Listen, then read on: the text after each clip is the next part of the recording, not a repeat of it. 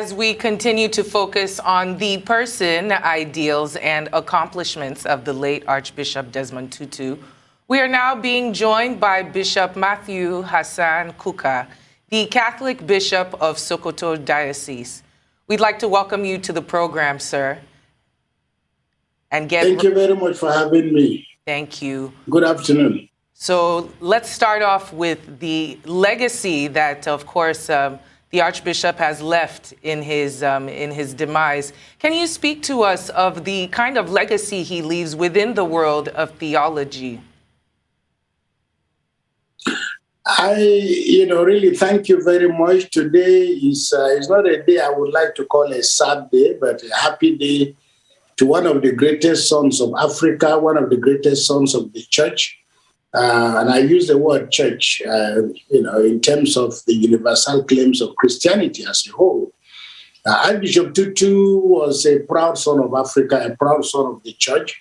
I think he brought the gospel much closer to the public square and used the gospel to interrogate the existential problems of the moment.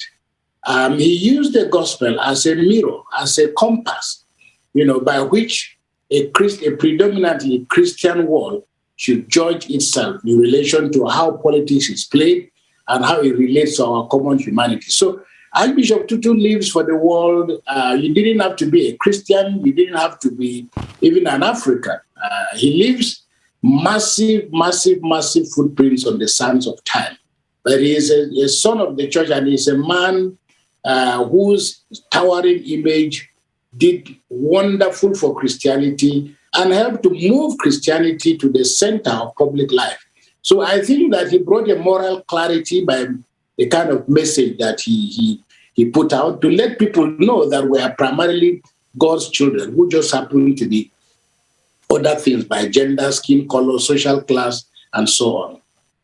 All right. I would like to gauge your thoughts regarding some of the tributes that have been pouring in. We've heard from the Queen, we've heard from the U.S. President Joe Biden as well, and Cyril Ramaphosa, the South African president. There's been quite a number of tributes that have been pouring in. I'd like you to comment on those tributes and what your tribute to him would be.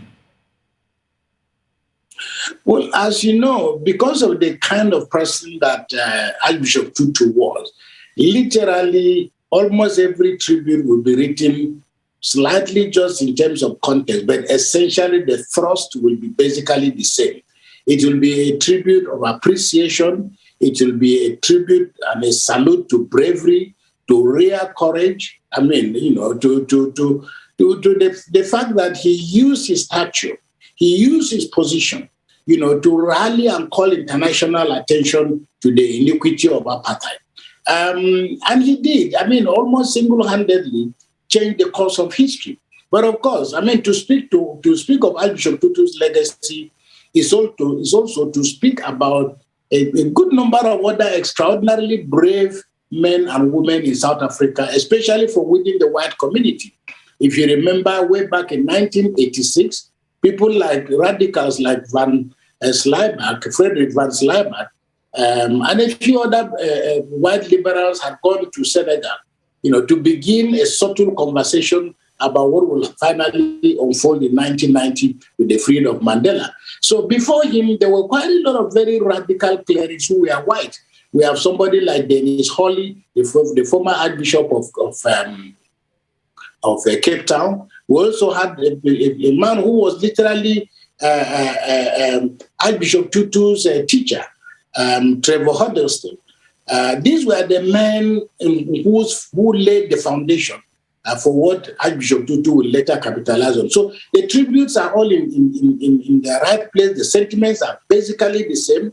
And I think it's a measure of the quality of the man, that man, woman, red, white, green, yellow, were from every nook and cranny of the earth.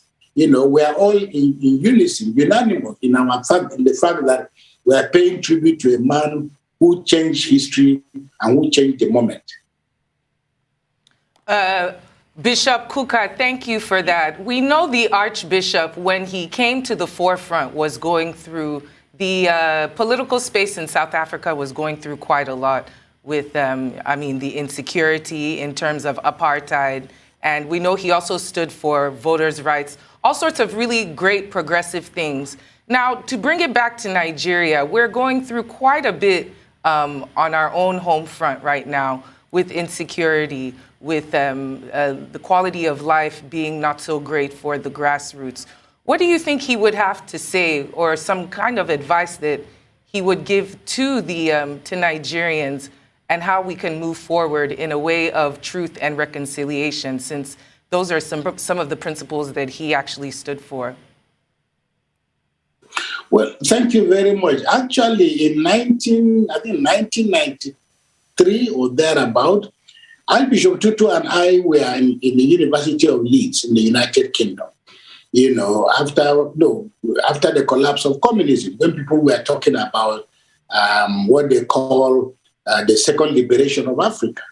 And it was a conference that assembled scholars and theologians from the length and breadth of Africa to think through what the second liberation of Africa would look like. After the collapse of communism, how would Africa move from a bifocal world that was divided by ideology, to take advantage of the opportunities that were now available and walk through, the creation of a democratic Africa. Now, at that, it was a very interesting conference, but we who came from Africa tried to articulate the fact that clearly the second liberation in Africa will have to address the issue of the crippling inequalities that had emerged in the continent. Because remember, even at that time, the then former foreign minister of South Africa used to taunt Nigerians, used to taunt Africans by saying, look, if you look at other parts of Africa, you black people in South Africa, stop complaining, because compare yourself to your brothers elsewhere and sisters, and you will see that even though you are living under these conditions, your brothers and sisters in other parts of Africa are no better off.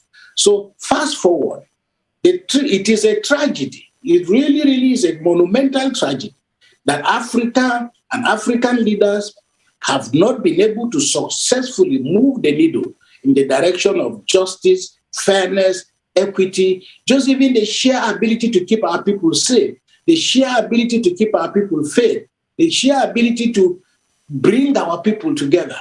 Many people looking at South Africa as a metaphor will also speak to the tragedy of what has happened to us with black rule, in Africa. So if you bring it to the situation in Nigeria, it is a reason why some of us have remained quite impatient, because I know where I was and I know where I've been in the struggle to move Nigeria from military rule to civilian rule. And we knew the kind of issues we talked about. I had the honor and privilege of serving in the Buta panel. We raised a lot of issues, and our prayer and hope was that 10 years down the road, Nigerians will be holding hands and will be building one of the greatest countries in the world. The tragedy, as you all know, and all of us know, is that we are now far more divided, far more insecure, far more vulnerable than we've ever been in our history. So it raises a lot of moral questions. Where did we drop the ball? These are the issues. So it's really, and I think that a person like Tutu would have left with a sense of sorrow and sadness. Again, don't forget, as an aside, Archbishop Tutu actually came after Abacha decided, to order the hanging of Kensara Wiwa.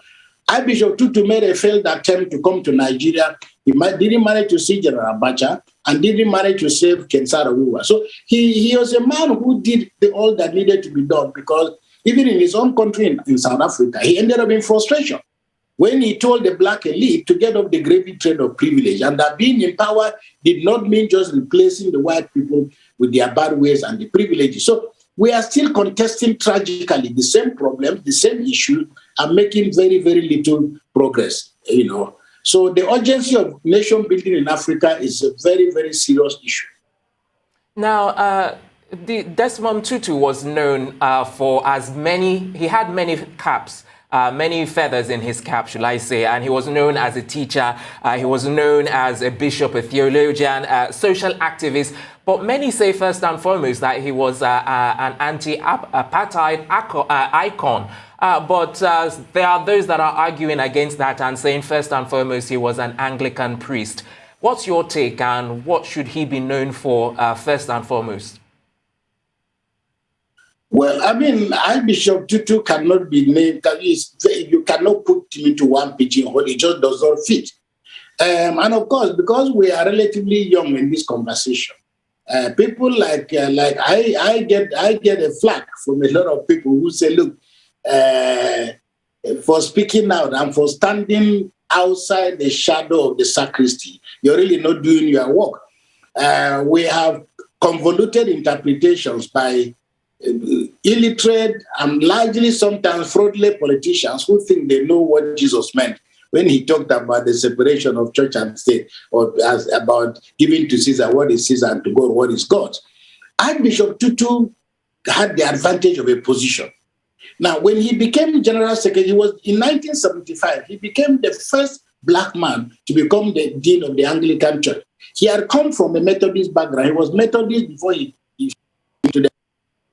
But in 1980, when he became the General Secretary of the South African Council of Churches, he demonstrated that sometimes when you have a position, when you have an office, many people wrongly say that because you are a bishop or because you are an archbishop, you should be seen and not be heard. The opposite is actually the case, because when God places this responsibility and burden and platform in your hands, it is for you to turn it around and both the oppressor and the oppressed to come to terms with the fact that we are all interconnected. So Archbishop Tutu was a priest of the finest tradition.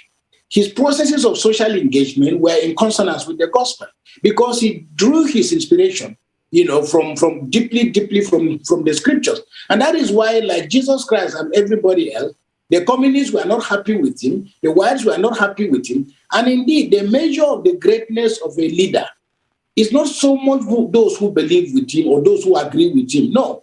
In fact, sometimes the more you have the bullets and the arrows coming in different directions, the more it is evident that you're saying what needs to be said. So he freed himself from the imprisonment of being seen as a Black man, as a bishop, to talking across the fence to white people. And he made it very clear to white people that they also needed salvation, they needed liberation, and that our imprisonment was intertwined because a prison keeper is also a glorified prisoner.